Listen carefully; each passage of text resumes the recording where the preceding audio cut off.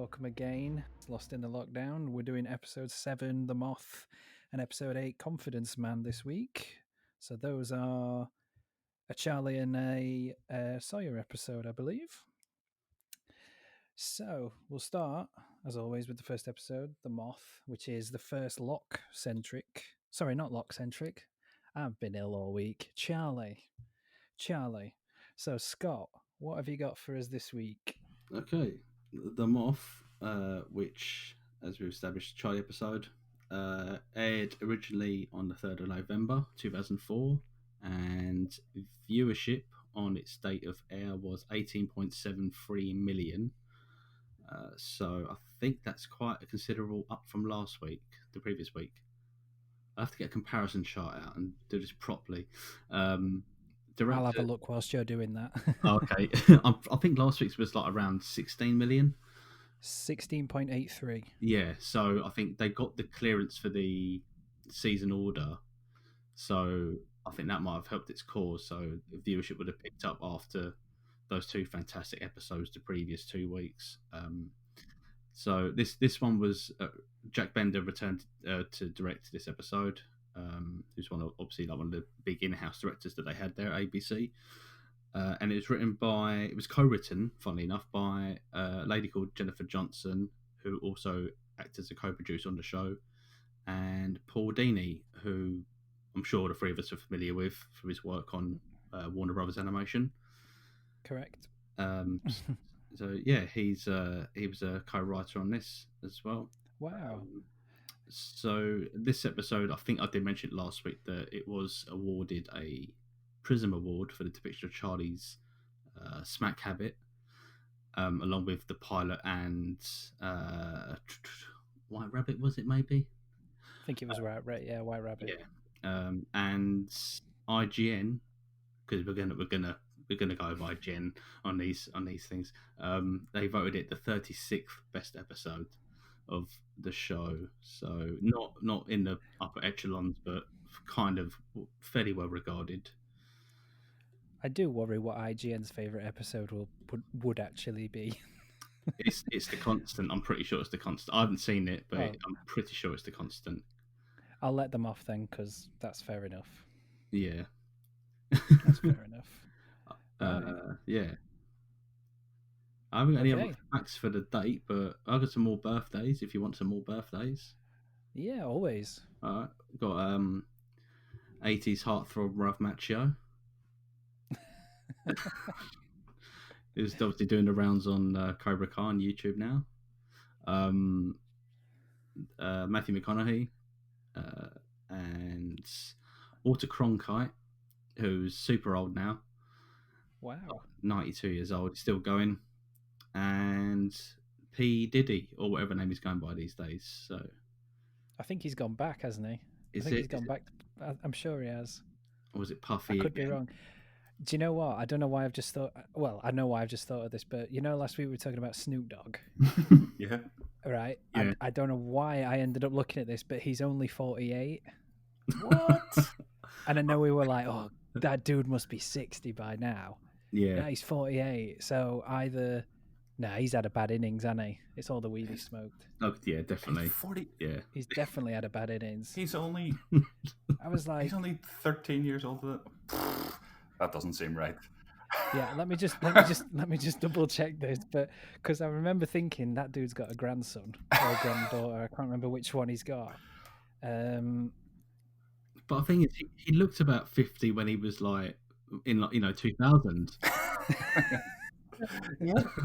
Yep, he is born on October the 20th, 1971, which makes him 48 years old. He's been active since 1992, so he was 21 when he first started. It feels like he's been around so much longer than that. It does. It's just everlasting. everlasting dog stuffer. Oh my god. He's the Richard Alpert of hip hop. I like that reference. That is so true. And something's just made me laugh looking at his relatives, but Nate Dogg is his cousin, and I never put two and two together. No, he was trying to ride on those doggy coattails, wasn't on the doggy coattails of the West Coast G-Funk era of the 90s. Loving it. Right, but we digress. So, if anyone is listening to this and listens to this first, last week we talked about Snoop Dogg, so go back. Anyway, let's get into it then. So, the Moth, Charlie. Flashbacks, I think we'll start with, if that's okay. So, I don't know if anyone's straight up. I just immediately got Oasis vibes because this is the first episode where we get Drive Shaft properly. Yeah. And the first time that we get You All Everybody in its entirety, because I believe it hadn't been written at that point. But Dom Monaghan being from Manchester and with a lead singer called Liam for a brother, I felt like I got a bit of Oasis vibes. Yeah, I mean, 100%. It was very strange, because it wasn't really at the height of Oasis's reign. 2004. It was on the out, wasn't it? Yeah, maybe they thought people had sort of forgotten about them, but I think anybody on this side of the pond watching would be like, call him Liam from Manchester. It's a bit convenient, isn't it? Yeah, but I looked it up. I was like, I thought it was quite nice that Dominic Monaghan, he is from Manchester, yeah? Yeah. Okay. And I thought, I can't remember what accent, like if his brother is played by another Mancunian. Nope. As soon as he opens his mouth, nope. It was like, that's like Daphne from Frasier levels of bad, I thought, He's called Neil Hopkins, and he's from New Jersey. So that sounds like an English name, doesn't it? It does. There's no Neils in America. Oh, it is Neil Edward. Oh. Neil Edward Hopkins. So yeah, I'm just having a look, see if he. No, he was born in New Jersey, moved to Aurora, Colorado. To make it big? To make it big. And then he went to Massachusetts. Fucking hell. Yeah. But then I'm just curious now that we're onto it. So what's he been in? He was in here's an interesting one. So if you ever saw it, one of DC's, to my knowledge anyway, first live action, Birds of Prey, that one season wonder that was on what was originally the WB, I think. Mm-hmm. He was in that, but I don't know as who. He was in a couple of episodes of Charmed. And it looks like he's been in every single CSI or NCIS known to man at some point. That's just a guaranteed paycheck for an actor, ACSI. Yeah, that's true. It looks like he's also been in every CW show of the early noughties. The 4400, Ghost Whisperer. I remember all of them. Oh, Sarah Connor Chronicles. He was in that. So he's a bit part player. Yeah. He's a bit part player, yeah, by the looks of it. Yeah, he pops up in pretty much everything you can think of. But his biggest role, definitely today, looking at this, is Lost. That's not too bad. I mean, I guess showing up in all these shows, I mean, it's a living, People have got to eat. It's true. It does make me wonder, though, like when American actors do put on English, do you think the American audience actually think that's a good English accent? I don't think they really care. Yeah, that's true. And to be honest, most Americans that try to do an English accent fail miserably. Yeah. And they just end up doing Dick Van Dyke in Mary Poppins. It's just always parody or satire, isn't it? Yeah. You never see someone do a proper English accent. But your man gave a good go at it. It wasn't bad, no, at all. But it was distinctly obvious that he wasn't English. I mean, that first scene, he's obviously talking to Charlie, to Dominic Monaghan. So it's just the difference between the two. You're just like, it just really stood out to me. I was like, oh, that's just sticks out a bit like I can't even talk. Sticks out like a sore thumb. But yeah, no, he's not bad at all. I thought he was quite good across the episode, but the accent was left a lot to be desired. One thing that I always notice with especially Charlie flashbacks is obviously because it's an American show and was primarily based in Oahu, but I know a lot of the pickups were probably done in like LA and stuff, how they try and do an English like countryside, or they try and do like an English city when it's clearly like in America somewhere. That always makes me laugh whenever they try and do that. I mean, again, they did okay, but obviously being from the UK, it's very much to be desired, I guess. Well, I guess it's kind of not in the same way, but a lot of films and TV shows won't film in New York because it's so expensive. So they go to like Seattle, and then you won't notice the difference. No, you won't know. I mean, just on a bit of a side note, I'm always amazed that, like, the first Captain America film was primarily filmed in Manchester. Oh, that's just it's so well done as well. I love the production design on that. Yeah, exactly. Like, we were watching it the other day again, and I just sit there and I think, I mean, some of it was the Liverpool docks as well, and I think it's just insane how they managed to dress that up as like 40s New York. Incredible. Right, so we'll move on then. So Charlie's talking to a priest in this, if I remember rightly, and he wants to quit his band because it's got the bad influence upon him, especially that of his brother, who we have already discussed. I think for me, like we said, or like Scott's already said, I think it's depiction of drug addiction, especially for a network show, because there would have been only so far they could have gone with it. Especially knowing what we know about Charlie on the island, he's hunting for a fix a lot of the time in these early episodes. But I think it's very well done. It's very tastefully done, especially. Yeah. You're not seeing him actually. I mean, we see it a couple of times here and there. You see him like, getting his gear out of the packet and like fiddling around, but you don't see him you don't see it explicitly being taken. Him, like collapsing and and then doing the classic drug-addled gurn on this. Do you know what I mean? You don't get anything like that. So yeah, no, I agree. Definitely tastefully done. Yeah. What the other thing I liked is they never actually say what drug it is. Like, it's quite obvious, but they never actually say. So I just thought it was quite specific.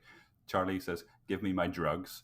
They always just say drugs. They never say, He doesn't say, give me whatever it is. It's just, give me my drugs. Drugs. We're not allowed to say what it is. Just give me my drugs. Do you know, I never thought of it like that. It's very broad, but then you can imagine that Lindelof and Abrams or whoever it was right in the writer's room were like, you can't say heroin. Yeah. You cannot say cocaine or whichever it is. Yeah. I think it's meant to be heroin. Yeah. I think so. Because one of the production notes I read is that Don Monaghan actually was snorting brown sugar. Oh, really? Yeah. Yeah, he was snorting brown sugar. So yeah, Charlie doesn't want to keep up with the band because of the drugs and everything that the band engages in. But his brother, that pesky old Liam, talks him into signing a record contract and saying he'd quit any time, which we all know is going to lead him down a bad path. Now, if I'm right in thinking, Liam's the bad one initially, isn't he? Charlie has nothing to do with it. Yeah. He warns him off the drugs, doesn't he? I think he says at the gig, "Oh, this stuff's going to ruin your life," and he's like, "Let's have a party," and he's, we've already he goes full on Frank Gallagher for like 2 seconds. Do you know, before you said Frank Gallagher, I just immediately thought that sounded like Frank Gallagher. Oh yeah, no, he does, and it's that one way.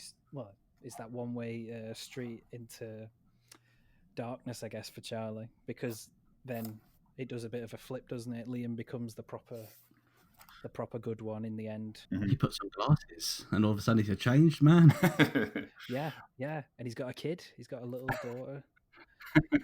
Come on, let's get the band back together. It feels like that's what the actual Liam's doing these days now, isn't it? On Twitter, let's get the band back together, our kid. It reminded me of I don't know if John might remember it. Do you remember League of Gentlemen, the comedy show? And he had the character Les McQueen, who was always trying to get creme brulee back together, and everyone else is like kind of moved on. He's just always banging on about creme brulee. Creme brulee, yeah, fantastic. I went to see them when they came back when they got back a few years back, and they did. Oh man. I love League of Gentlemen. I love anything that they do. They're just geniuses. But yeah, they did that skit, and I was in tears. I was trying to figure out when I was watching the episode, why Charlie just started to take drugs, and it seems pretty on the nose. But was it just simply because he just felt isolated and he felt like he couldn't like live up to what his brother was, just in that moment of when they're in that backstage room. Yeah, I took it as a moment of weakness, really, that, you know, his brother had almost betrayed him in a way. He made a promise and he didn't keep it, basically. And it was Yeah, like a moment of I weakness. think he says that the argument they have is that his brother Liam is the band. You know, nobody remembers the bass player. Nobody knows the bass player. And Charlie's like, what?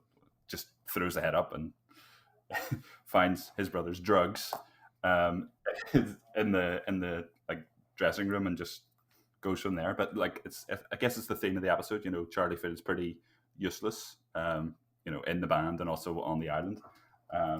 So Which again, I was going to bring up as well, but it's that once again, generally speaking about the writing, especially in these early episodes, is that perfect synergy Mhm. that the flashbacks and everything that's happening on the island have, Mhm. and how cohesive everything feels.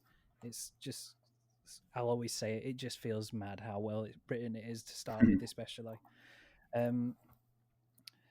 And just whilst we were talking about no one remembers the bass player, there's always that joke in music. What did the drummer say before he got kicked out of the band? I've got a song, let's jam it. No one ever does that. So you get a bit of You All Everybody, which is, I love that song, even though it's not fantastic, but it always makes me think of Charlie and Happy Days. We've talked about the backstage groupie thing that Liam has going on. He's obviously high on heroin, and that's when he falls down into the depression and everything. Actually, I didn't realize up until this rewatch that Charlie was the bass player, and I think he says it in the pilot as well, but I completely missed it. I always thought he was the guitarist. yeah, he does. He does say a few times he was the bass player for each episode. You know, when he's When obviously trying to be like a bit of a shill and say I was in Drive Shaft, but you only see him play the guitar, so you get this. You kind of understand that he was probably a songwriter, and then you kind of that's really confirmed in this episode when his brother says to him, you write the songs and I just sing them. So he's clearly talented, but obviously the talent is not showcased by himself. It's just from yeah, his brother. I think just coming to like I know it's been quite a quick discussion about the flashbacks, but whilst there's a lot going on, there's not a lot of them in a way in this episode. But the tail end being obviously Liam's clean now. He's living in Australia. That's the reason Charlie's on flight 815, returning home. But he wanted Liam to do the Drive Shaft comeback tour. And I guess the irony there is that the promoters won't do the tour without Liam, but Charlie's the talented one. Mhm. And I guess Yeah. that's still that uselessness that he feels Yeah. in himself and amongst his fellow survivors. Mhm. Yeah, definitely. And obviously, he blames Liam for getting him hooked on the drugs in the first place. Yeah. Yeah, it's a good scene that I quite like. A lot of I wasn't a big fan of a lot of the flashback stuff in this episode. I don't know why. I think it was because it was very like a PG rated sex, drugs, and rock and roll, and it just I don't know. It didn't feel as genuine to me, like the story of Charlie going down the road of becoming a junkie, I guess. But I really do like that last scene where he's talking to his brother. I just, I guess every sort of music biopic has been ruined since or retroactively by Walk Hard. It's all I can think about whenever there's this type of thing, So I don't know. Like this, I mentioned on Twitter. This was the first episode where I wasn't like 100% on board. I wasn't 100% positive about. Just I think because it is a little bit sanitized for me, and I know that they can only get away with so much on TV like that. But yeah, it just felt very. I don't think it worked quite as well as some of the previous episodes have worked, really. Not that I think it's a bad episode, just compared to the ones that have gone before. I know what you mean. Like I've just said about the flashbacks, there's not a lot of it in a way, because it almost feels like they tell you that just the bare essentials, really, but they don't go any further than that, which is perfectly fine for this episode because, like we've said, you get the details that this is why Charlie feels the way he is and this is how he is, and at this Mhm. point in the show. That's all you really need. But I think you're right, on a reflection and a rewatch, the flashbacks especially don't land as well. Perhaps it's more the stuff on the island that Mhm. pops. Yeah, yeah. But I mean, I'm sure there's another episode in this season where there's another Charlie episode this season. Yeah, Yeah, that's right. there would be. So I'm sure there's like it fleshes it out a bit more as all the episodes do. For me, it does, but it also is a bit of a retread. But we'll get to that. It's a bit. Okay, It's, okay, it's fair. it feels like a bit of a retread, which, I guess they get away with almost. But yeah, so Mhm. that final flashback, I think it's worth noting as well. Probably out of complete guilt, but Liam wants Charlie to. He wants to help him get clean because he mentions that there's some rehab programs in Sydney, and that he can get his help. But Charlie, obviously, feeling very angry at the way his life's gone, lashes out and leaves. Mhm. And you can assume that is the last time he ever sees his brother. So that then Yeah. covers the flashbacks and everything that happens on the island for me, and by the sounds of it, John as well, is a bit more interesting. So from what I've picked up, and just reading the notes, it's day 8 on the island, which I didn't realise. And he's starting to suffer from the withdrawals because he voluntarily gave the heroin to Locke in the previous episode. Okay. I totally missed that scene. I think it's I'm sure. Yeah, it's when he when Locke gives him or shows him where the guitar is. I think it's when he gives it to That's him. right. Yeah. Because he says you've got to give something for the island to give you something back. That's right. Yeah, sacrifice. Yeah. Yeah. Locke just wanted it for himself. Yeah, that's the bit they don't show you. Yeah, that's why he doesn't give it back to him all this whole episode, because he used it That's all. why he's so spiritual. He's so chill as well. Yeah. I was then in the last 3 episodes, Locke has just been like, you know what, I'm good. I'm just gonna skin this boar and just nothing, mate. That's worth noting actually, that Locke's very elusive in this handful of episodes, probably from the last one up until after Confidence Man, which I can't remember the name of, but he's just doing his thing. At this point, you've established straight away he's the dude that kills the food. We don't really need to do much with him just yet. You've learned everything you need to know at this point. We'll just have him in the background cutting up boar and whatever and disappearing occasionally. I made a note about Locke. Just a quick one. Go on. I'll just put enjoyed Locke's role as Charlie's guardian angel, though he spent the entire episode skinning and preparing a boar for tea. He does act a bit like a guardian angel. Yeah, he definitely does, but he literally is only in sequences of catching the boar, skinning the boar, and then preparing the boar for food later on. That's what he does. You see, the only defining image of this episode I remember is Locke with a bloodied shirt and hand, and he's talking about obviously the moth, the name of the episode, but the metaphor behind it. But yeah, that's my defining memory of it, is where he's got the knife, he's just pointing at it. A little spoon. Again, he's great in this, regardless of the amount of screen time. But yeah, it serves an enormous purpose for the character of Charlie. Mm-hmm. Yeah, I have written down here just with those scenes about the moth. I think last week we mentioned how Locke had the conversation with Jack, about being a leader and all that sort of stuff, and we were like, oh, okay, here we go, Locke's off on one again. Yeah. So I've just written down in relation to Locke's speech about the moth. I've just written Locke bollocks again. He's just off on one. You can almost imagine him looking into the distance. Terry O'Quinn just kind of, that it's kind of like Richmond in IT Crowd, where he just kind of looks into the distance. There's clearly nothing there.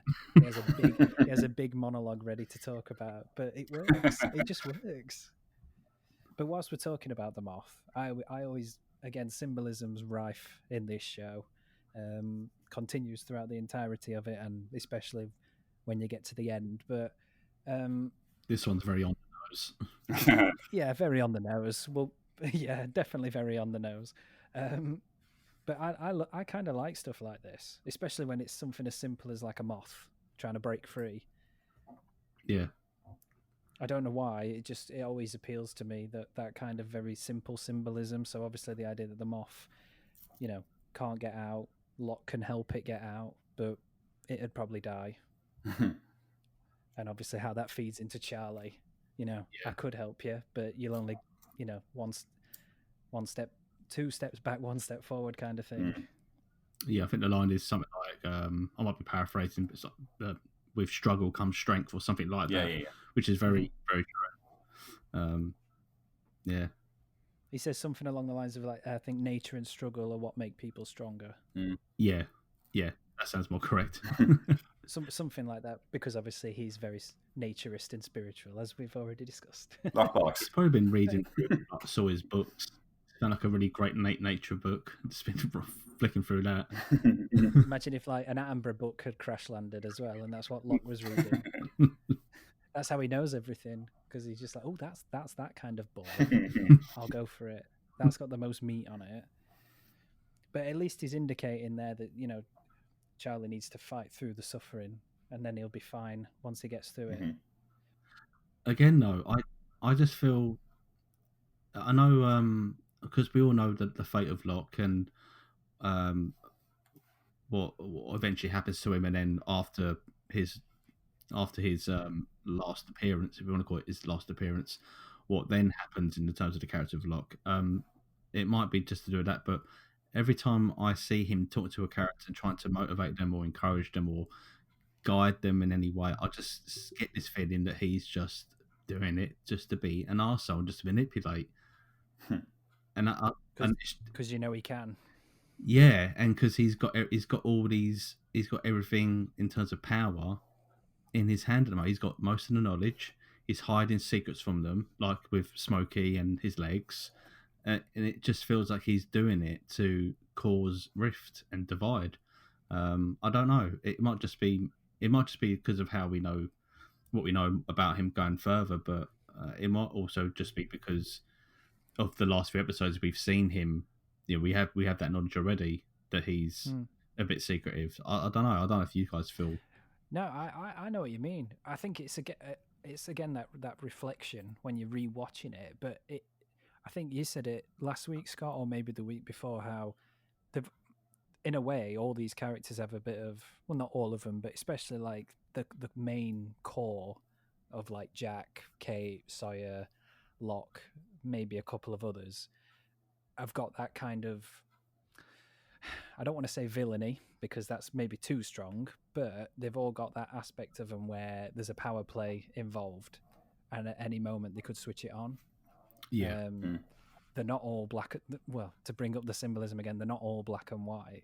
There is something in them, but I know what you mean. You're watching it thinking, in a way, was Locke always being positioned, whether it was the real Locke or not, as a villain in some way? Yeah. As much as we love him and understand everything he's kind of explaining, he was still quite power mad in a way. He'd still got that about him. And he's stubborn as well. That's always a big indicator. Yeah, he's very stubborn, and he and a lot of the time he seems to be just like apathetic about a lot of things. Like I think last week when they run out of the water for Claire, and Locke's just like, yeah, it's fine, don't worry about it. Everyone's like panicking, like she's gonna really suffer. This pregnant girl's gonna have some problems. He's like, I know to get water from. It's not an issue. Like, I guess that's a good thing to think about though, because is that because of what he knows? Do you think he just think, even though they don't have the water, do you think in the back of his mind as a character anyway, he's kind of thinking, it'll happen, something will happen, don't worry. I think that's why. He's just become the eternal optimist just through the events of what's happened to him, and he's just become the ultimate believer because he's, you could word it differently, but he's experienced the ultimate miracle in his personal opinion. He's got the use of his legs back. You can't really argue with the guy. If everyone else did know, then they wouldn't be able to argue with him. But the fact he's keeping it secret, just for me, makes it a little more ominous and a little more sort of plotty. And I guess the next, a bit going very quickly further down the road, but the next logical progression of what can we give him back that doesn't involve his legs is, oh, we'll resurrect him. And I guess that's that kind of thing where the next part of the show goes into, but we'll get there eventually. But yeah, Locke, fantastic. We love Locke. What else happens in this episode then? The cave-in. Jack gets trapped in the caves. Oh yes, of course. Oh yeah, because this is where Charlie stands up to be accounted for and not be useless. Yeah. How does that happen again? I'm trying to remember. Oh, Michael. Is it Michael? No, Jack. No, it's Charlie who shouts, doesn't he? And then it caves in. Yeah, that's right. So he feels guilt again. He's having the argument with Jack because Jack said, like, piss off because you just spilt the box everywhere. And Charlie like confronts him and says, look, you know, I'm the bass player. I can do whatever I want. And he gets his bass out and he starts doing "You're Everybody" like really loud, up to 11. Why don't you just make 10 louder? No, it's totally not. He shouts. I don't know what he shouts at Jack, but he just shouts, and then the cave comes in, and Charlie kind of escapes unscathed pretty quickly. Isn't it something as trivial as wanting him to move his guitar? Yeah, that's exactly what it is. Yeah, I'm sure Jack's like, move. Do you mind moving your guitar very politely in his very Matthew Fox way? And Charlie's like, oh, bugger off, mate. Yeah, that's pretty much exactly what happens. Because they're bringing Jack and Hurley were bringing stuff back from the beach, and like I think he just doesn't ask Charlie for help, and Charlie just loses the head and then shouts. Apparently, shouts so loud that the entire cave collapses. It's that Mancunian accent. I mean, I can talk because I know I'm Northern, but you know. Oh yeah, so we've got that whole B plot really then with Jack trapped inside the cave. And the reason I got mixed up then is in my notes. The next note down was that Michael leads the rescue attempt. For some reason, I thought it was Michael shouting about Walt that caused the cave in. But to be fair, it wouldn't have been a bad guess considering you know. So for some reason, genuinely in that split second, I thought that's Michael's fault, and then I remembered it wasn't. Yeah. All his previous shouting, you know, weakened the structure, and Charlie was just the straw that broke the camel's back. Yeah, he just weakened it for Charlie to take over. Funnily enough, I'd written down here as well because I thought it was quite interesting. This is, from my knowledge anyway, from the notes I've made, outside of the core 16, I want to say. I can't remember how many cast members, 14 to 16 cast members. It's the first mention of some minor characters or other survivors. So yes. Michael's rescue attempt is helped by Steve and Scott. Yes, I have that written down too. Oh, I just thought that was like a neat little moment because it's so easy to get wrapped up in everything that's happening, but there are other people on the island. But isn't that a running joke? Those two characters that nobody can remember which is which. Again, you've watched ahead, so you might know. But I just remember that being some sort of like almost a running joke that, you know, Steve is always confused for Scott, and Scott is always confused for Steve. Anytime like a main character needs help from the other survivors, it's like, Scott, oh no, I'm Steve, or Steve, oh no, I'm Scott, he's Steve, that sort of thing.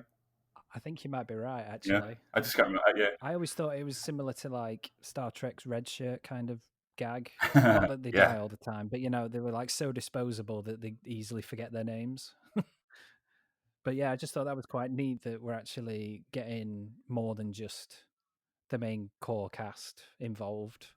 I mean, there are 40 plus survivors, I think. It's supposed to be 40 plus survivors. And we're actually deciding quite early on as well, because you think about it, a lot of shows nowadays, if they do something similar, not saying that they do like a plane crash scenario, but if they've got something where there's lots of characters that are surrounded by other minor characters, they could go episodes upon episodes before remotely introducing them. And it's kind of like, oh yeah, they were always here. And you think, bugger off, they've never been there.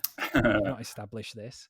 At least they're doing that in this. I wondered, I think it was in the first episode, and because there's so many other background characters, I wonder if like anybody's ever like kept track of them, or if they change from week to week because nobody really notices them in the back. I wonder if all those actors were kept on for the whole season, or if they just switched them out week on week. Stephen Scott change actors because you don't see him that often. That's probably the joke. That's why you don't know who they are, because they're different actors each time. So there's a bit in this episode as well. Obviously, Jack's stuck in the cave. Charlie's attempting to get him out alongside Michael, leading the exhibition. What am I on about? The rescue party. But there's also a plot with Sawyer and Kate. And Saeed. And Saeed, of course.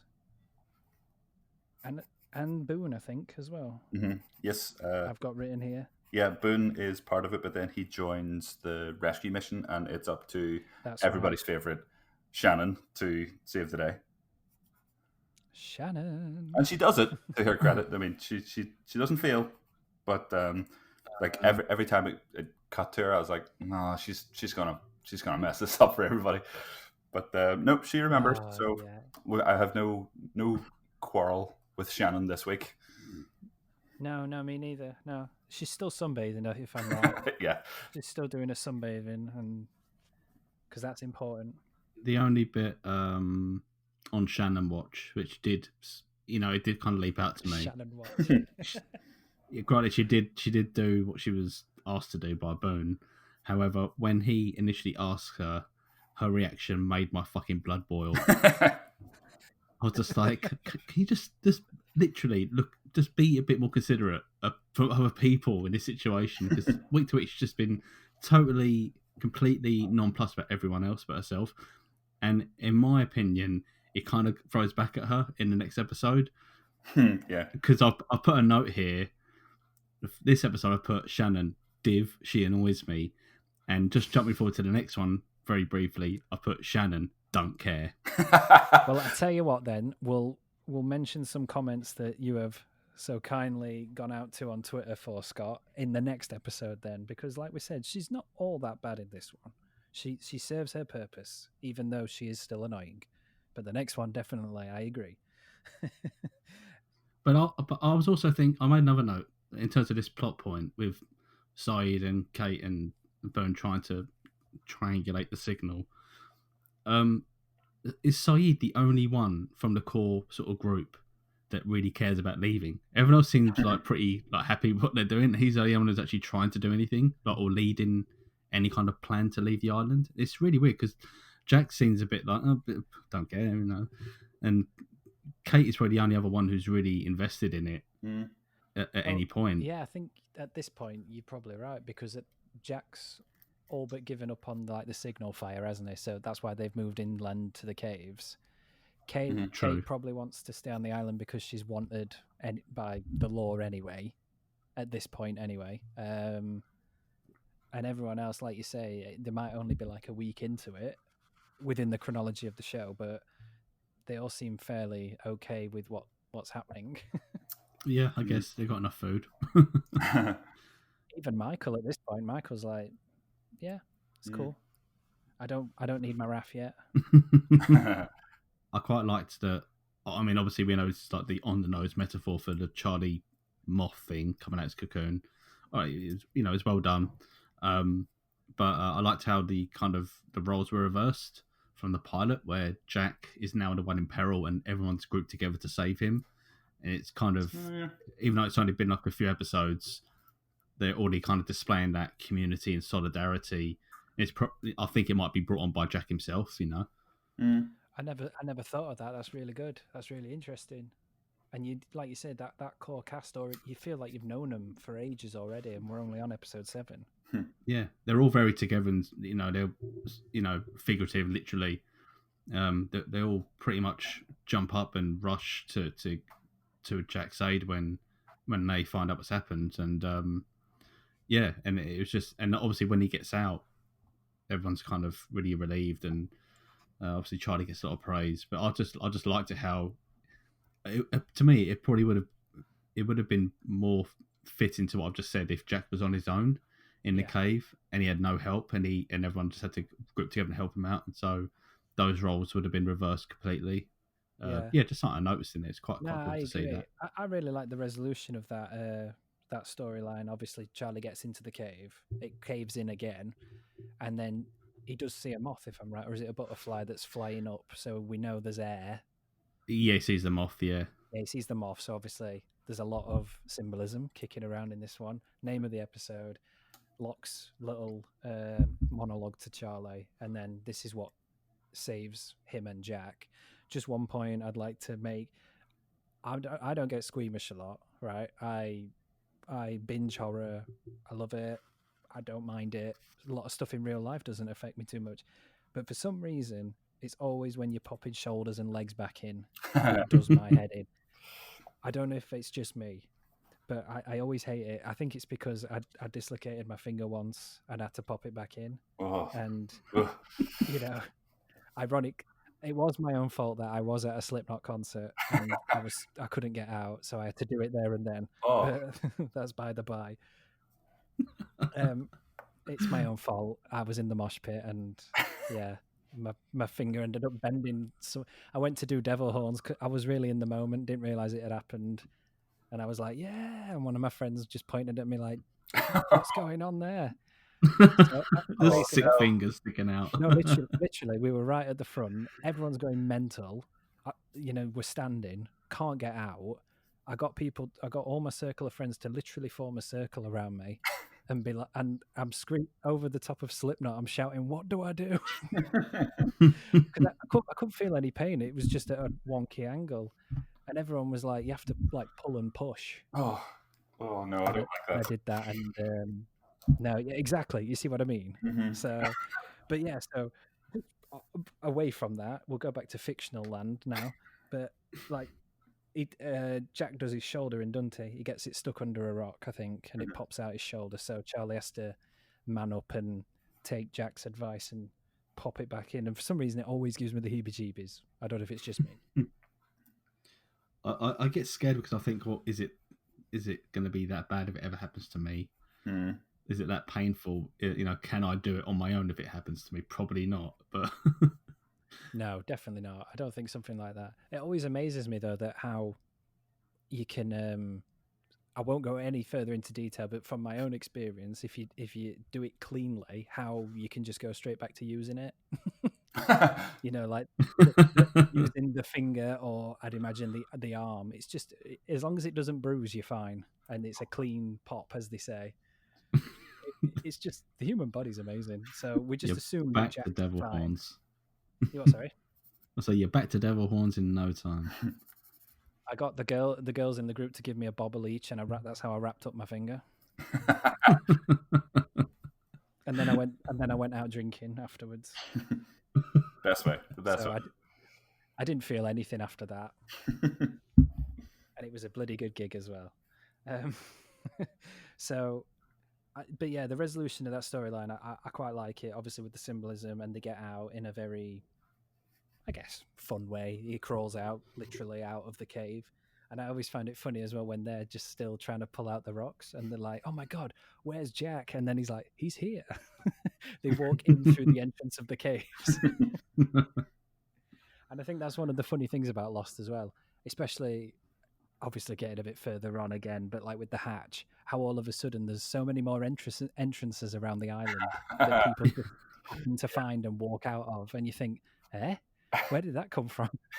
Like, it's just, there's one of them, it's just behind like some vines, and it's just a regular door, isn't it?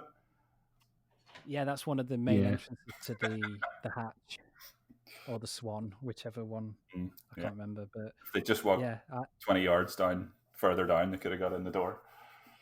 Well, that's it. In terms of geography and how the show is edited, they make it painfully clear that like getting to that door is very close to where the caves are or where the beach is, and you just think, are you kidding me? Has someone tried to do a map of the island, like a fan or something? They tried to do like a geographical map. I might Google that now. Yeah, I'm on Lostopedia. Hang on, I'll have a quick look. Surely everything's like within like 3 meters of everything else. The rest is like, just trees and woods. It's like, how didn't we discover this whole Dharma camp? tell you what, someone has, and it's on Pinterest. Of course Really? they have. I think it's all to do with the Dharma Initiative, though. Oh, okay, cool. Yeah, it is. Maybe there was something on like the Lost website when it was on air that like a little fictional Dharma website, and they had like some blueprints and or maps on there, perhaps. Yeah, it is, because this one I found, it's got the Black Rock, which will come up later. It's got the crash site for the cockpit of 815, the tail section of 815, radio tower, even Jacob's cabin, which is way into the future. And it moves, doesn't it? It moves around the island. That's difficult for a map maker. This map is factually inaccurate. I don't like it. How bizarre. I'm no cartographer, however. Correct me if I'm wrong, but that travels through time. I was going to say, occasionally this island may be in 1970 something. When there's a big flash of light, you may be somewhere else. I do quite like this map, though, because it's even got the golf course that they make on. It actually is just a big picture of a golf course, and it says golf course underneath it. Love it. And then it's got, like, obviously where all the Dharma stations are. Oh, that's pretty cool. I might keep that I just can't for wait to get to that reference. stuff. I love all that the Dharma stuff. It's the best. These episodes are going to be twice as long when we come to the Dharma stuff. When we get to Desmond, that beautiful Scottish man. Anyway, so one other thing I forgot to mention as well. Jack, being obviously the amazing doctor that he is, instantly knows that Charlie's going through withdrawal. So just before they get out of the cave, they have a little touching moment, I found. Obviously, Charlie was very guilty that he got him stuck, but he knows that he's struggling with withdrawal, and I think there's a bit of a mutual understanding that if and when they get out, he will help him get through it. Yeah. Again, it's that classic Jack character trait where he's just, I don't know. I mean, some fans of the show might see him as just being really intrusive and just always getting in people's business, but it's just inherently in his nature to be considerate and just be aware about people and what they might be going through. I also quite like as well, just to get kind of to the end of the episode, because I'm wary of time and getting onto the other episode as well, but to bring it to a conclusion, I know Hurley brings some water to them, and Jack, at that point anyway, they never mentioned that Charlie's a drug addict. He just kind of says, he's got the flu. Because he's got a temperature. He's clearly got a temperature. He's sweating a lot and everything. He's got the typical withdrawal symptoms. But again, it's just a nice moment. I found that, we're not going to talk about it if you don't want to. It's okay. It's patient confidentiality, that kind of thing, I guess. Step into my office, but it won't go any further than that. Yeah, exactly.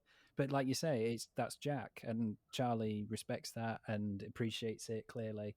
And I think Jack also knows as well, it's none of his business really, in a way.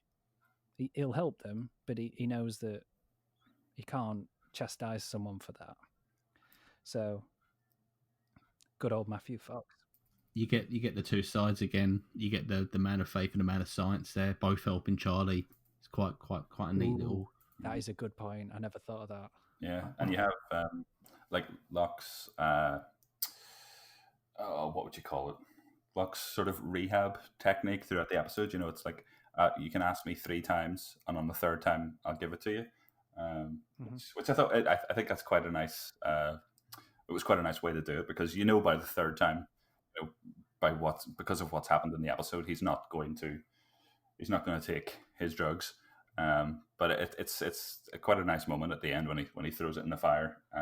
Absolutely. And you see the moth flying away. Yeah. Again, the on the nose, but it works. Absolutely on the nose. But yeah, he tosses it into the fire. And again, like you say, like that man of faith is proud of him because he says it, but also the man of science is as well, for obviously saving him, but also admitting his issues. And just, that's really clever. I never thought of that. It's great. Ebony and Ivory working together in perfect harmony. Absolutely. Oh, what a show. Before we finish the episode here, there is the bit with somebody walloping Saeed in the back of the head.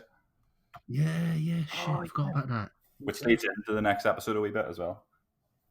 Yeah, of course. Shit. Yeah, so that's when he's triangulating the signal, isn't it? Mm-hmm. That's right. Yeah. And he's the last one, and it doesn't go to plan. Yep. Ooh, okay. We'll touch upon that much more then in the next episode. Just wanted a few production notes that I've picked up. So at the start of this podcast, we were talking about, obviously, I always find it funny how it's clearly filmed somewhere else when it's trying to be somewhere else. So apparently the church scene at the start of the episode, or in the flashback, should I say, with Charlie and Liam, meant to be in Manchester, was actually filmed in Honolulu. I'd have thought LA in a studio, but it was actually filmed in Honolulu, which has to be the strangest backdrop for Manchester I've ever heard of. It did look very tropical, didn't it? Yeah. It looked really bright. Nothing like Manchester. No, it's a running joke for me, but I work sometimes a lot out of Manchester, and even the Mancunians agree. Like whenever you go to Manchester, it's always raining. True. You get on the train in Sheffield, and it's bright sunshine, and you go through the tunnel, and you get out into the hills, and it's grey. And by the time you're in Manchester, it's tipping it down with rain. It's just can't catch a break. The heroin that is used is actually brown sugar. So, yeah, cool. We cleared that one up. And I didn't realise this. I thought it was very on the nose anyway, but Monaghan has confirmed that Drive Shaft are kind of modelled on Oasis. In that, apparently, Oasis's first album is critically acclaimed, didn't sell big numbers, but in the industry, people gave it respect. Fair enough. Just because it's Oasis. Doesn't Charlie... I think it's in one of the much later episodes, but doesn't Charlie, like, I think Desmond sees Charlie and he's busking and he's singing Wonderwall. Quite possibly. I'm pretty sure that happens. Everyone picks up an acoustic guitar and you just know what that person's going to play, and it does my head in. Anyway, here's Wonderwall. Yeah, because like, I play guitar, but I pick up an acoustic and I'm like, hey, anyway, here's Come As You Are. I don't go to Wonderwall straight away anyway. Okay. That's the finale. Yeah, that's the finale. Everyone knows to play Wonderwall last, not first.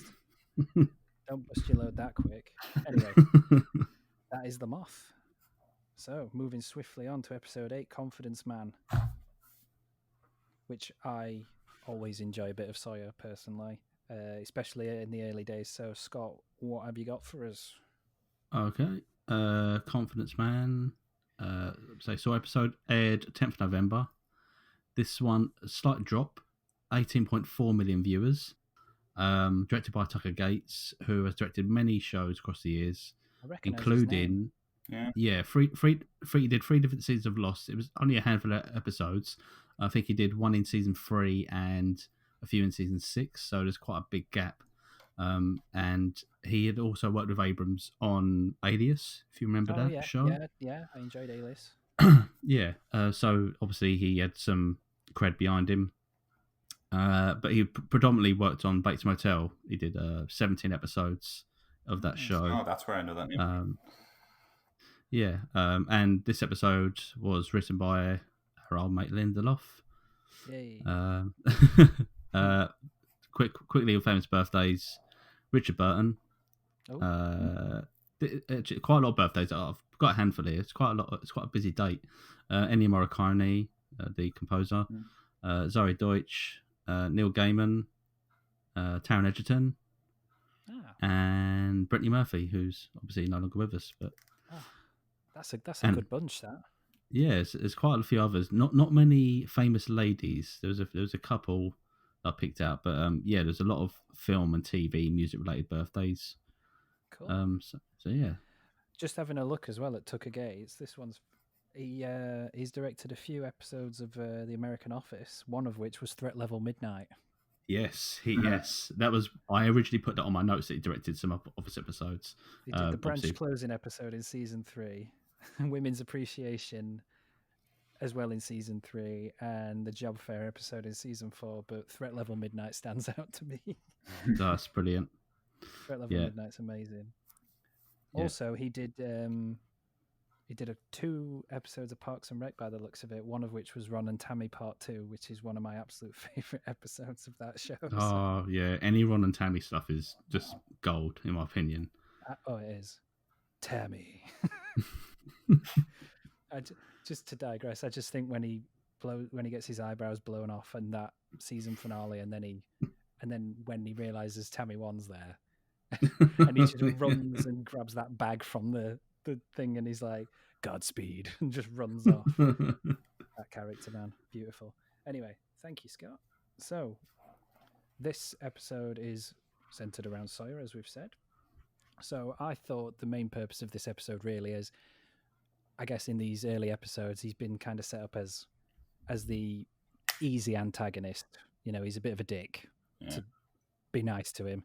Obviously, he accidentally didn't kill the marshal, as we know. So, you know, he's got a gun. He knows how to use a gun. He's got that Texan charm about him. He's obviously a bit of a wild card, a bit of a cowboy. So you get all these stereotypical associations with that character. But I think this episode acted to show that he's anything but that. He's just a product of a lot of what's happened to him in his life. Yeah. And I think importantly as well, unless it happened a bit earlier, you've kind of got rumblings of it, but it kind of set up that love triangle between him, Jack, and Kate.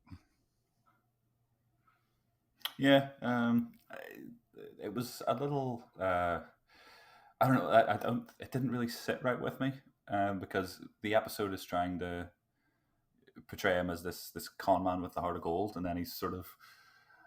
Well, I guess it is a con man type move to get Kate to kiss him, and then I'm jumping ahead, but have no information. But I just thought I thought it felt a wee bit contrived, the whole love triangle. Like I always have felt that the Kate, Sawyer, and Jack love triangle was a bit contrived, just because they're the 3 most prominent leads, I guess. And this episode, later on, I find it more believable, but at the moment, I was just a wee bit like, I'm not a big fan of that so much. No, I totally understand where you're coming from. And again, for me, it's that reflective nature of it. Mm-hmm. You know, I think definitely in the early days, it was always Jack and Kate, and it was quite obvious. And even having rewatched it a bunch of times over the years, Sawyer always felt like a third wheel in a way. I know he's kind of intended in a way to be that, but then she starts to get those feelings for him as well. And like you say, it does start to go, it almost felt like the writer's room said to themselves, we've kind of got to go through with this now, even if we don't necessarily want to or know how to, but we've got to do the bit of the lovey-dovey stuff. I certainly know what you mean. It's kind of like every show has to have it, doesn't it? Yeah, and I think this is going to sound a bit cruel, but Sawyer, I guess Kate is Sawyer's object of affection because there's not a lot of other women on the island, if you know what I mean. No. I get, I get what you mean. Claire, who is pregnant, and you have Shannon, who is a moron. Yeah, basically. And then you have Son, who is married, and I think that's the only out of the main cast. I think those are the only. Yeah. I think you're right. Rose. Rose, yeah. But Bernard's alive, so it's all right. Oh, that's true. Yeah. Hey, we don't know this shit. No, but she's spoilers. She's holding the torch. She'd never go with Sawyer. No. But I don't think any sensible woman or man would. Well, not at this stage. Maybe later on down the line. Yeah, I actually thought this episode, when it came to it, was one that happened much later on, which I think is a better Sawyer episode. I'm just double checking my notes. It's definitely not this one where it's flashbacks to when he's a little boy, is it? No. Right, okay. I'll not say any more then. It's definitely that one. I think is a better explanation of his character. Well, we find out he reads the letter in this episode that sort of explains that. How do we feel about that sort of backstory? Um, in terms of the episode, how it plays out, I was okay with him with this reveal about the letter. So initially, you get the feeling that he's obviously it's meant to tell the audience that Sawyer was this adulterer who ruined this child's life. Mm-hmm. But then they kind of and then you get that running theme of the long con, the con man. But then eventually they blow their beans and turn Sawyer into a sympathetic character by the end. Mm-hmm. And I just think they could have built more character, more drama especially between Kate and Sawyer if they just let that ride for a few more episodes. Yeah. It would have had more of a punch. But then they just I think they just kind of ruined it. I wasn't a big fan of the episode, if I'm honest. Mm-hmm. No, I know what you mean. Yeah, I think it's like what you've said, John, about like that, that criminal with the heart of gold. It's, don't get me wrong, Josh Holloway, very charismatic dude, but there's only so much you can do with that. I don't even think there's like an episode in there almost with that kind of storyline. You can't really even do 40 minutes with it. Yeah. Because you've got the stereotypical he slept with that woman and he's like, oh no, I've got to go, and then the money falls out of the briefcase and you're like, oh, okay, so that's who he is. We kind of figured that out. Yeah, and it's very it's all very quickly established of what he does. I think he does explain some dialogue with his lady lover, of what he plans to do to her husband, and you get the idea that this is his quote unquote career. This is what he does, and then I think he elaborates further to Kate as well. Maybe I think after they kiss, I can't remember, but yeah, you certainly get the whole sort of package in terms of what he was before he got to the island. Yeah, I think the most important part. There's not really much to say about the flashbacks, if I'm honest. But I think the one good thing out of the flashbacks was the foreshadowing of when he sees the small boy. The little boy come into the room, and the very last part of the flashback, and I got, like we say, it's very stereotypical all the way through, but then there's that moment hits and you think, okay, there's more to this. So it might be very, very badly materialized to begin with, but there's more to this, and they are going somewhere with it. So in one sense, for me, I thought, fair enough, it kind of had to happen this episode, because I always thought they were going somewhere with it, and obviously they do, but I thought there's more to him than just this criminal with a heart of gold kind of thing. Yeah, I would agree with that. It's with the previous episode, the Charlie one as well. All the flashbacks and all the episodes do this, but the last flashback of the episode is the one with the most relevance, I guess. It's all just set up for that last one, which is fine. But I've just lost my train of thought. That's annoying. I frequently do that. In case you hadn't noticed, I always do that. I forgot where I was going. But like you have, I thought it was quite a little bit clumsy. Like, as you say, it would have been better if they'd kept going to maybe the next Sawyer episode. His whole backstory, because it's like Kate reads that letter and it is the most tragic backstory all at once that you could possibly think of, and it's just like, okay, you're hitting it a bit hard here. It's like, okay, we get he's not the arsehole character that he has been for the first 7 episodes, but to give him the most tragic backstory so you instantly feel sympathy for him, I just thought was a wee bit clumsy.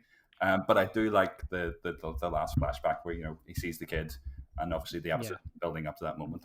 I do think that's quite good. But the previous 2 episodes, the Charlie one and this one, the flashbacks seem very A to B just to get to that last one. Yeah, absolutely. I think this is, from what we've discussed, I think we can probably all agree that this is probably the first example where the flashbacks and the island events don't necessarily have that synergy. They don't quite gel together. Not because what they are referring to isn't linked. It's just one's a lot flatter than the other, essentially. Yeah. It just doesn't tie up as well as the Charlie one, or even the Lock, obviously the Lock one, the Jack one, for example. Even Kate's one, who sometimes I find Kate to be quite an underwritten character personally, but even that one had more going for it, I think, than this one. I was gonna say, do you think maybe these flashbacks don't hit as well as the others is because the other flashbacks have pretty much led up straight to when they're about to board the plane? Like everyone else is, I'm not sure if Kate did it as well, but everything else was pretty much the timeline straight before they got on the flight. So I'm pretty sure Kate's flashbacks ended with in the cuffs getting on the plane with the marshal. I think. Yeah, no, they did. Yeah, because doesn't he like ask her if she wanted something like another drink or something? Yes, he does. Yeah. I know it's because the flashbacks for Sawyer ends with him just walking out of that house, doesn't it? With no particular time reference as to when and where he is. Yeah, no, that's true. Yeah, that's a good point. So it's almost like you say, it is leading into that next flashback in his next episode. They've obviously left that thread hanging. Exactly. Yeah. So maybe the next one is more in line with what's happening just before the flight. So it's more. I'm just going to do a quick look at something. I'd be interested if Lindelof did the next one. Just a question I had about the story. You know, Sawyer says he has this whole tragic backstory monologue, and then it goes into how he also became a con man. Like, do you think that tracks logically? I think he said something. It's like a throwaway line. If he says, "Oh well, I think he said that he conned a woman, and he's like, oh, I've become the guy who ruined my family. I'll carry it on." Yeah, and it didn't. Yeah, I just like he takes the name of the guy as well. I'm just like, okay, that's exactly what I was thinking. Yeah, it loses the sympathetic side to him straight away. Mm-hmm. Oh, I love Josh Holloway. I know. It's so sad when you dissect things and you realise that it's not as well written as you thought it was. Well, we know he becomes a better character. Throughout the season, he becomes a better person, and the character becomes just a more enjoyable character to watch. But he's not like a one-dimensional guy at the end of it. That's it. He's way more enjoyable when he's still a bit of a knob, but he's nice as well. He's a nice knob. Yeah, he's a nice knob. Yeah. He's a nice knob. Yeah, especially when he starts getting his glasses, that always makes me laugh. But we'll get to that. With his little books and his bookcase. Yeah. But that's the kind of thing you need to do with a character like him, because he is a knobhead. He's funny and he's a dick and he treats people like shit sometimes, but he has got a heart of gold. So you've got to have fun with that when everyone's kind of taking the piss out of him. So definitely, yeah, definitely. But, so with the island events, then Sawyer catches Boone going through his stash of things, and bloody Boone again. Just the way you said Boone, just great. It's just when when you've written something down and you don't like that thing, and there is a moment where I'm going to say previously on Shannon Watch. Well, I only wish we could get Carlton Cuss to read that out in his voice. Ooh. But yeah, you just look at it and you go, "Oh, yeah." Boone again. When I was watching the episode, I have, as I always do, I had what's Shannon's bullshit this week in my head, and I thought I've written down here. It seems a bit unfair to have Shannon's bullshit of the week be being asthmatic. Okay, that's a bit cruel. But it's first world problems. It doesn't help that they don't act it well. Yeah, that it's not convincing. I just sit there and I'm like, oh, for God's sake, like. You just kind of want it to be done with, don't you? But no, we get a bit more of them. So yeah, he's searching through his stash for that, and Jack is tending to. Oh, so we can pick up on this plot point then from previous episodes. So Sai got whacked over the head by an unknown assailant, and this is where Jack is tending to his wound. So obviously, the triangulation of the signals failed. The French woman's distress signal, and the transceiver has been destroyed, and everyone's getting a bit anxious. Yes, and then Boone walks in all injured, and everybody pins the blame on Sawyer. Isn't that right? Yeah. Well, he says Sawyer attacked him. We don't see it, but he smacks him in the chin a few times. Yeah. Oh no, but everybody pins Saeed. Oh, the getting sorry, and that leads into the very, very strange and very, very unlost, in my opinion, torture scene. Yes, that's what I've got. That's the big thing I've got in my notes, and it's always something I remember distinctly. Mhm. Maybe because it's so unlike the show. Yeah, it's very strange. Like it was early 2000s. It was that era of 24 and torture being sort of in vogue. Um, I always laugh that that's just how Jack Bauer did things. yeah, I don't think there was half a season went by up until like the latter years where until they got told you've got to stop doing this now. it just sort of very Yeah. strange. I thought it was very unfortunate, again, kind of clumsy. That they obviously have Saeed, the Iraqi character, be the one to do it. Yeah. Like I think by the end of the episode, they sort of have their cake and eat it a wee bit because Saeed is very repentant about what he's done, and then he goes off on his little walkabout at the end. But yeah, it just doesn't feel. Yeah, I don't think it feels right. It's weird because it obviously it's got aspects of violence in it Mhm. as a show generally, but it's not a narcissistic show, and that is a moment where maybe Lindelof went a bit too far because there's other ways to do that in my mind. Mhm. Don't get me wrong, initially the shock factor's there, but then that's all it is. It doesn't really serve a purpose No. other than to be like, because what's he putting bamboo shoots up under his fingernails? Oh, I mean, yeah, horrible. that's like the thought of that. It's bad enough when you cut your nail too much down and you feel that tender skin, but to think, oh God, no. Yeah, and I agree with you on that one. it seems very out of character for Jack, to go along with. I know he's because he just watches it. Yeah, I know he's sort of at his wit's end, and I think he's already had the fight with Sawyer, or well, he's hit Sawyer a couple of times. But yeah, the whole thing. It's almost like the writers kind of thought over the course of these episodes we've had so many reasons to justify this in a way because Sawyer's done this to Jack, he's done this to Saeed, he's insulted so and so, he's upset these people.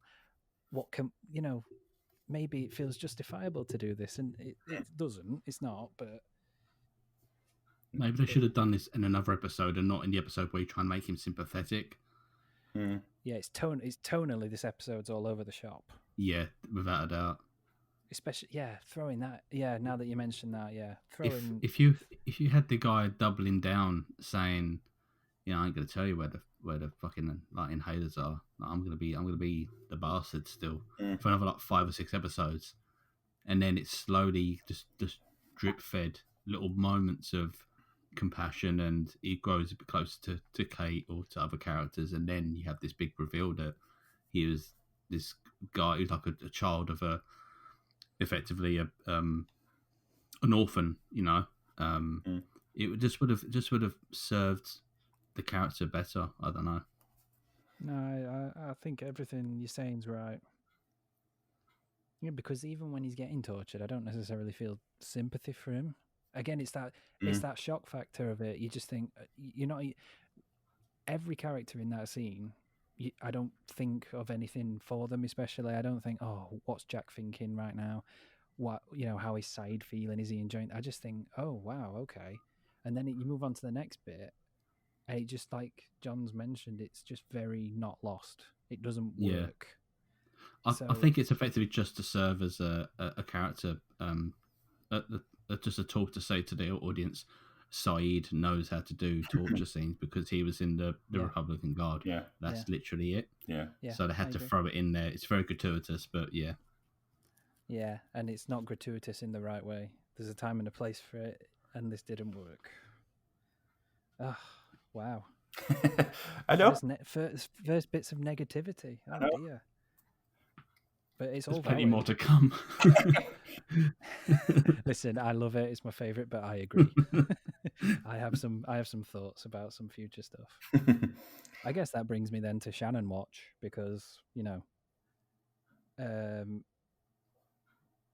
just reading my notes again. She obviously needs an inhaler.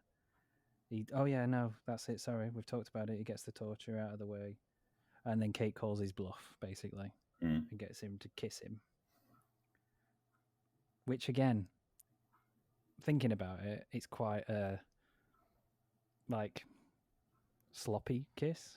It's they both made it count. Yeah, it goes on for a while. Yeah. I cannot remember it going on as long as it did, and I was sat there thinking, "Wow, this again, Yeah. almost unlost like." It's very tonally inconsistent with what's just come before, and I just think, bloody hell, that's not right. That doesn't seem to work.